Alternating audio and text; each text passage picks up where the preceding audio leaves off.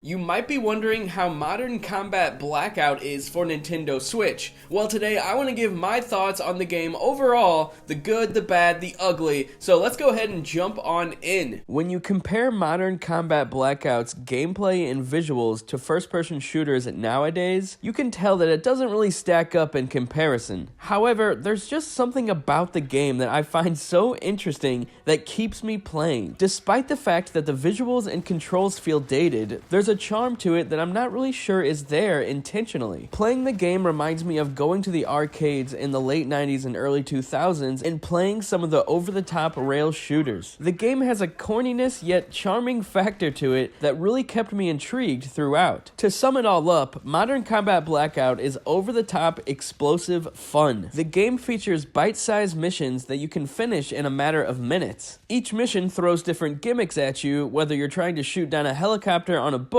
or using some special goggles to see through walls and shoot enemies without them even seeing you. It's these different gameplay variations that are introduced throughout the campaign that really help Modern Combat Blackout shine. Now, this is a port from an iOS game, and the movement is not the best. It's pretty stiff, and that includes the sliding function, which is really odd because whenever you slide, you're like forced to looking forward, and you can't change your aim while you're sliding, completely defeating the purpose of even having a slide function because you can't really utilize it in any special way. If you can look past the dated visuals, stiff movement, and obvious functions that were originally aimed to please an iPhone crowd, then you'll probably have a lot of fun with Modern Combat Blackout. Its corniness has a charm factor, the explosive set pieces are fun, and the gameplay changes enough throughout to make you want to keep playing. You might be wondering if the $20 price point is justified. I personally think it's not too bad. The campaign itself consists of about 6 different areas with about 3 or 4 missions in each one. Along with that, there are sniping missions within each region. And then along with that, there are multiplayer segments as well. And that's not including the team deathmatch multiplayer, which is also a whole nother thing. Another thing I liked about the game was that you can make the loadout how you want to play. There's quite a large selection of different guns that you can use, and all of them have a pretty distinct feel. However, the sound quality just isn't really that great when it comes to the guns. Luckily, a lot of the voice acting and soundtrack is actually pretty great.